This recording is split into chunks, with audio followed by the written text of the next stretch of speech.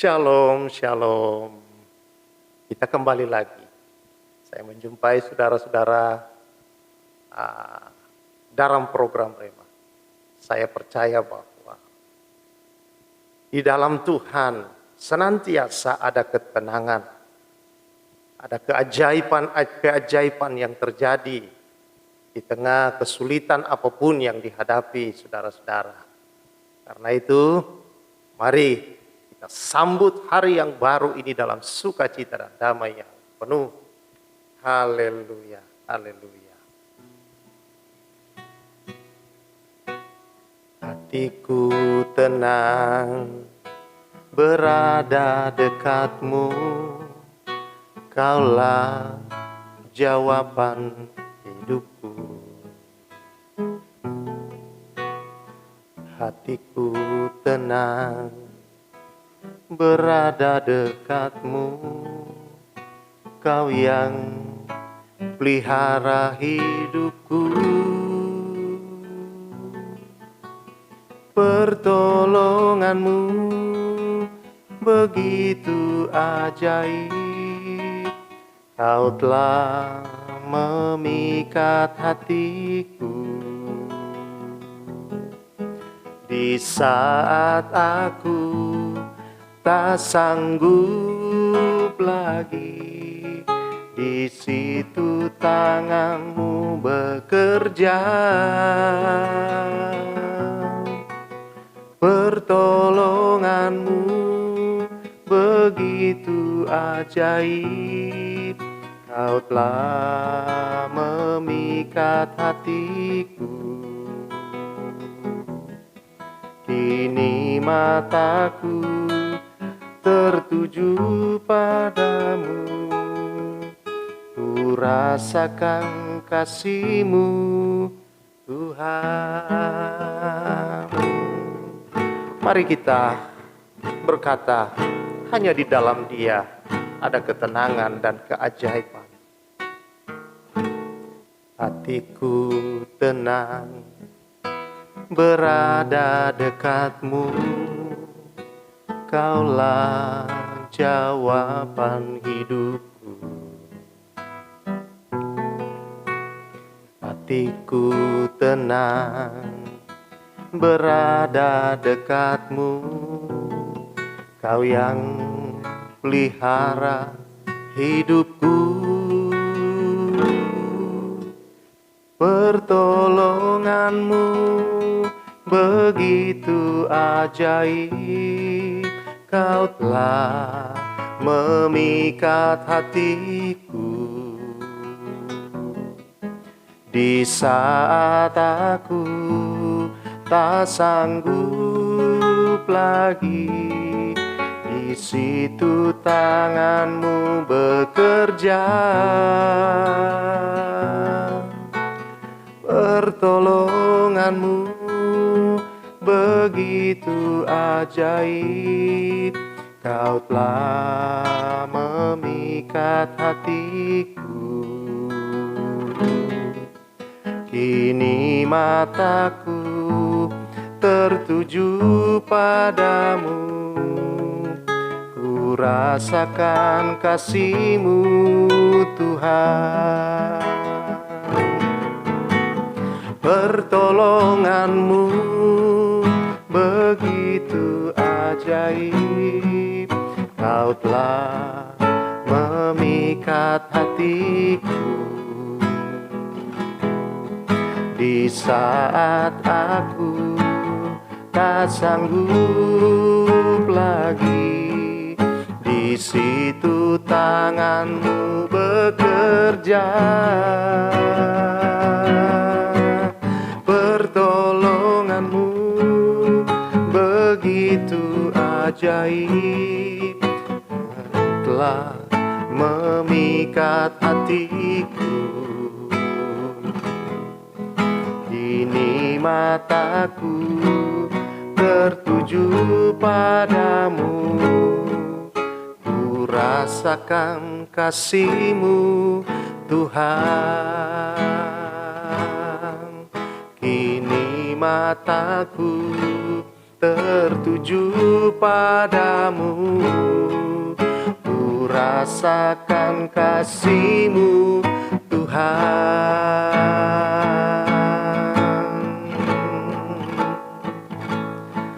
Kami datang menyembah-Mu,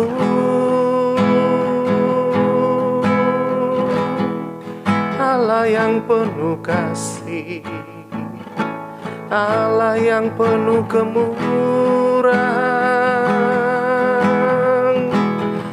Hanya padamu kami tenang, hanya di dalam-Mu kami menemui mujizat-Mu. Hanya padamu jiwa kami bersorak, hanya dalam-Mu jiwa kami bersuka selalu. Haleluya. Hanya Kau tempat perteduhan, tempat kami berlindung, tempat kami mengadu. Padamu ada keselamatan, padamu ada sukacita yang kekal. Ada kehidupan, kehidupan yang penuh keajaiban, kehidupan kekal. Di dalam-Mu jiwa kami tenang, kami disembuhkan, kami dilepaskan, kami dibebaskan, dipulihkan. Terima kasih Yesus buat karya-Mu besar.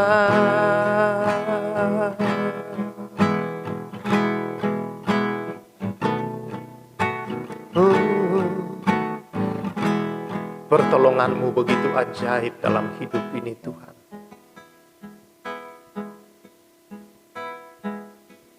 Hanya Kau yang bisa memikat hati kami. Ada padamu kami tenang ya Tuhan, hanya di dalam Engkau ketenangan yang sejati. Di masa-masa yang tersulit di hidup ini, hanya di dalam Engkau ada jalan keluar. Ada keajaiban-keajaiban yang tidak pernah ya Tuhan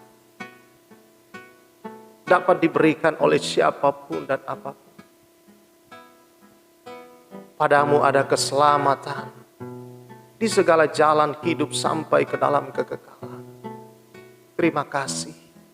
Semua karena anugerah Kristus Yesus yang sudah berkorban bagi kami. Haleluya. Terima kasih Tuhan. Dan berkat-Mu atas umat-Mu di hari yang baru. Terima kasih Tuhan. Roh Kudus penolong kami. Jadi kekuatan di hidup ini. Roh Kudus yang senantiasa memberi pengurapan. Yang baru, yang ajaib. Demi nama Yesus. Haleluya. Amin.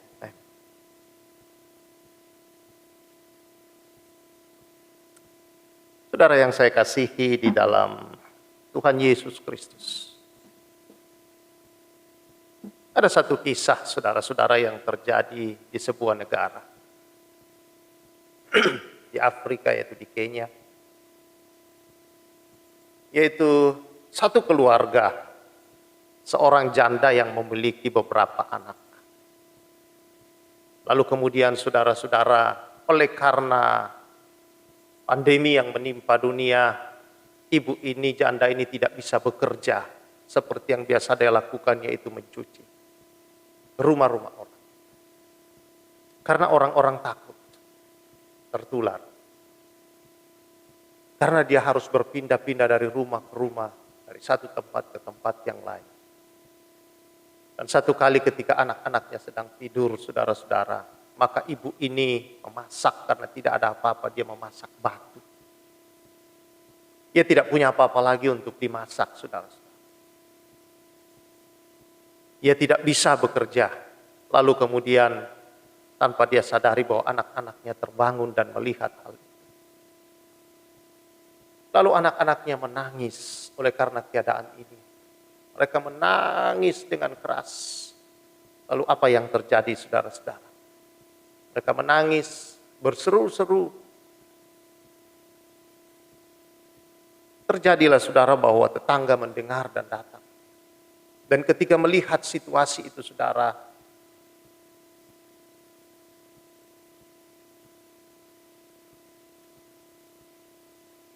seseorang merekamnya dan memviralkannya dan meminta bantuan, mencari bantuan lewat media sosial. Dan apa yang terjadi, saudara-saudara, bahwa mereka bisa tertolong. Saya teringat dengan satu kisah di dalam satu Raja-Raja. Satu Raja-Raja pasal yang ke-17, saudara-saudara. Itu kisah mengenai Nabi Elia. Akibat daripada kejahatan seorang raja yang memimpin Israel pada waktu itu, saudara-saudara, yaitu Raja Ahab. Yang beristrikan seorang yang bukan dari Israel, saudara-saudara. Dan membawa bangsa itu kepada penyembahan berhala, murka Tuhan datang. Lalu seorang nabi yang berdoa kepada Tuhan, dan dia adalah Elia, menyampaikan keluh kesah itu kepada Tuhan dan meminta supaya tidak turun hujan. Dan terjadilah, saudara, bahwa terjadi kekeringan selama 3 tahun 6 bulan, 3,5 tahun. Kekeringan yang sangat panjang, saudara-saudara. Akibat daripada kesalahan Raja Ahab. Dan apa yang terjadi, saudara? Kita tahu kisahnya Nabi Elia dipelihara oleh Tuhan di sungai Kerit, di mana asih ada air di situ. Dan Tuhan mengirim burung gagak untuk memberi makan roti dan daging kepada Nabi Elia. Tetapi saudara-saudara, satu waktu bahwa situasi itu berubah karena kemarau yang panjang, tidak ada sama sekali hujan, bahkan tetesan embun pada waktu pagi, saudara. Maka terjadilah di tempat itu sungai mengering. Dan Tuhan memerintahkan Elia pergi ke Sarfat, di luar bangsa Israel, saudara-saudara.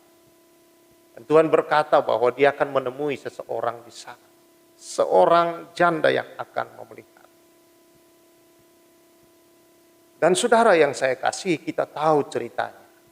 Bahwa kemudian Elia ke sana dan menemui seorang janda yang sedang memungut kayu. Dan apa yang terjadi, saudara-saudara, bahwa janda ini sedang memungut kayu.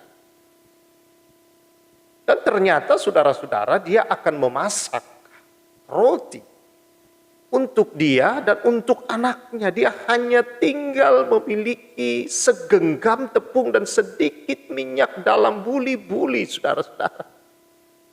Dan untuk apa, saudara? Untuk sekali dia masak lalu kemudian tidak ada lagi dan dia akan mati setelah itu.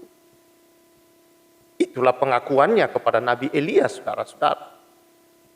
Dan kita tahu tidak ada tetangga berbaik hati sebab semua orang pada masa itu adalah dalam kelaparan jauh, saudara-saudara. Jauh-jauh lebih parah daripada masa seperti yang kita alami sekarang ini. Tetapi yang mengherankan, saudara-saudara, ketika Elia meminta kepadanya untuk membuatkan dia dulu roti dan membawakan air kepadanya, saudara-saudara. Dalam situasi seperti itu,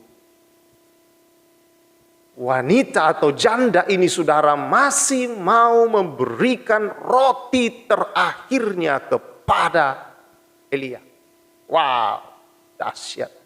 Di tengah krisis, saudara-saudara, saya mau katakan bahwa iman perempuan ini tidak tergerus oleh krisis.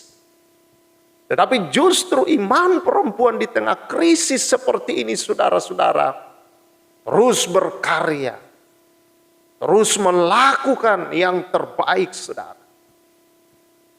Apapun pikiran perempuan itu yang ada di dalam berkecamuk tentunya ketika dia dimintai oleh Nabi Elia Walaupun ada firman Tuhan yang datang kepada Elia bahwa tepung dalam tempayan itu tidak akan habis, juga minyak dalam buli-buli. Tetapi namanya manusia dan itu adalah sisa terakhir, saudara-saudara. Disinilah iman. Iman tidak tergoncang oleh krisis, saudara-saudara. Hanya satu yang tidak bisa saudara diganggu oleh krisis adalah iman. Dan iman itu datang dan timbul daripada karena ada firman. Bukankah firman Tuhan berkata, Allahku akan memenuhi segala keperluanmu menurut kekayaan dan kemuliaannya. Bukan menurut gajimu, bukan menurut upahmu, bukan menurut hasil kerja kerasmu, saudara. Di tengah masa yang tersulit di hidup ini, Allah memenuhi keperluan kita menurut kekayaannya. Orang kaya terpapar COVID, saudara-saudara, mati juga. Siapapun, tidak peduli saudara-saudara, COVID menghantam, maka semuanya selesai. Tetapi kalau ada iman, saudara-saudara, yang saya kasihi di dalam Tuhan Yesus Kristus, Allahku memenuhi segala keperluanmu. Bukan kekayaan kita yang menolong kita untuk sembuh. Bukan kemampuan kita, saudara-saudara. Bahkan para dokter pun, saudara-saudara, tidak tahu kadang harus berbuat apa. Mati orang-orang, meninggal, saudara-saudara. Tetapi kekayaan, kesembuhan Allah, mujizat Allah, keajaiban-keajaiban di tengah masa sulit selalu hadir karena iman.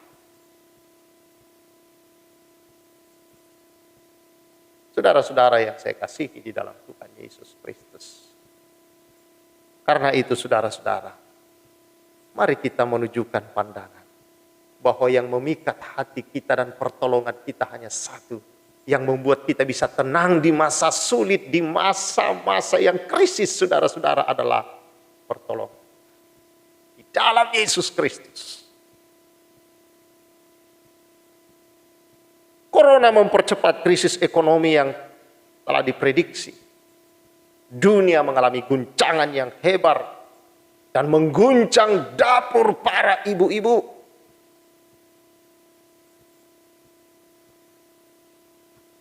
Oleh karena situasi menipis, keadaan kantong menipis. Tetapi saudara-saudara, janda Sarfat tadi jujur, dia berkata, hanya ada tinggal segenggam dan sedikit minyak. Apakah kita juga, saudara-saudara, sudah jujur kepada Tuhan? Tuhan, hanya ada tinggal segenggam, Tuhan, tepung. Tuhan, apa sudah di tenggorokan, Tuhan? Sedikit lagi keluar. Apakah kita sudah jujur melapor dengan sungguh-sungguh?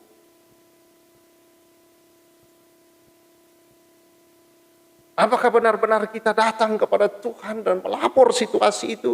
Atau malah saudara-saudara kita sibuk, saudara-saudara, untuk mengeluh ke sana kemari dengan situasi dan keadaan kita?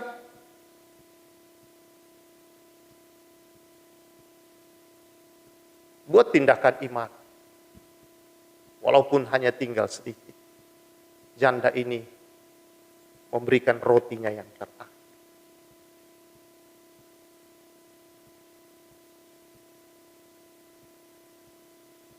Di tengah-tengah situasi seperti ini, saudara, kita tidak boleh kehilangan iman dan kebaikan Allah. Dan kebaikan Allah dalam hati kita untuk selalu saling berbagi, saling tolong-menolong. Saling menopang di dalam kasih, di dalam doa. Karena hanya satu, saudara-saudara, yang kita bisa andalkan, saudara-saudara, di hari-hari kehidupan, dalam segala situasi. Bahkan yang terburuk dan tersulit sekalipun seperti janda Sarfat ini, saudara, adalah firman Allah. Melalui iman.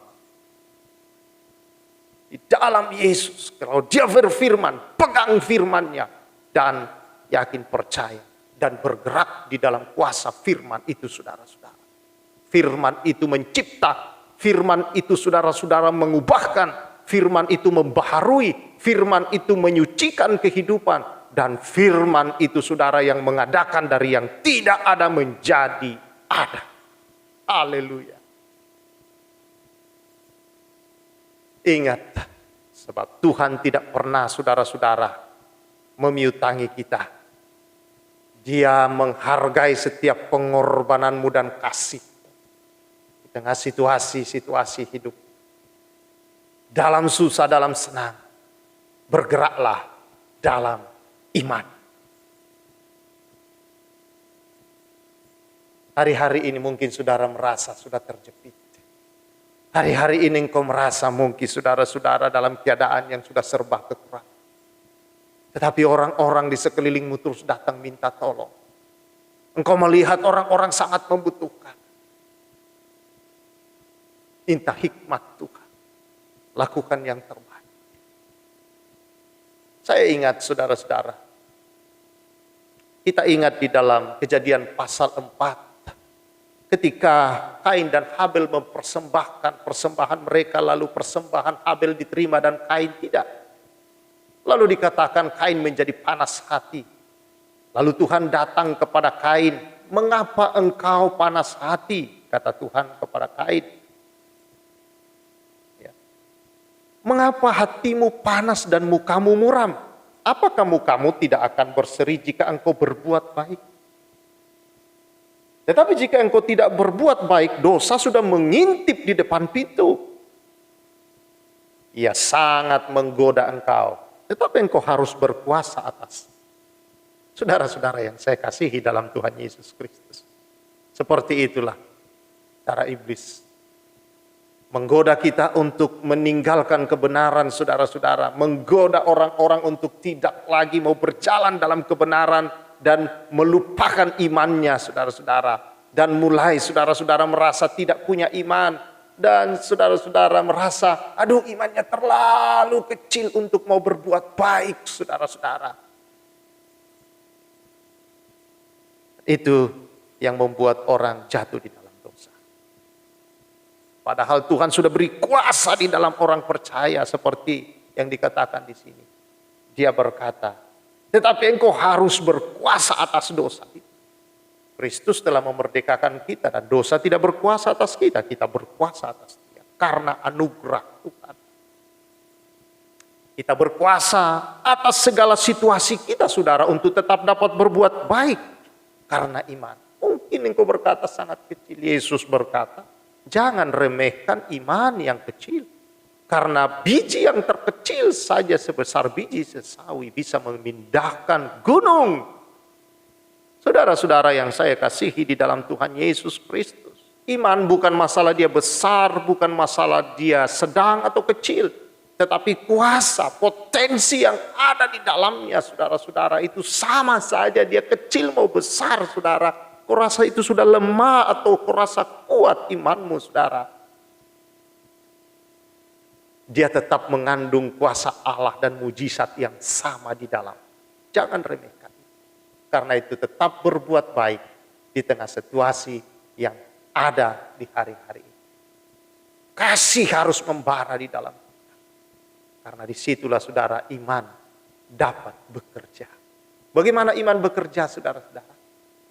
Galatia 5 berkata iman bekerja oleh kasih. Nah itu saudara-saudara. Biarlah kasih Allah terus menyala dan teruslah berbuat baik, saudara-saudara. Dan hiduplah senantiasa oleh iman. Karena orang benar hidup oleh iman. Haleluya. Amin. Mari kita berdoa bersyukur. Terima kasih Tuhan. Firman-Mu datang mengingatkan kami. Di tengah kesulitan apapun. Keajaiban oleh iman dan kasih. Itu tidak pernah habis Tuhan. Karena itu biar umat-Mu ya Tuhan hidup dalam kebenaran-Mu. Sehingga goncangan apapun terjadi tidak menggoyahkan anak-anak-Mu. Tetap berbuat kebenaran, berbuat baik. Dan kasih Allah terus mengalir.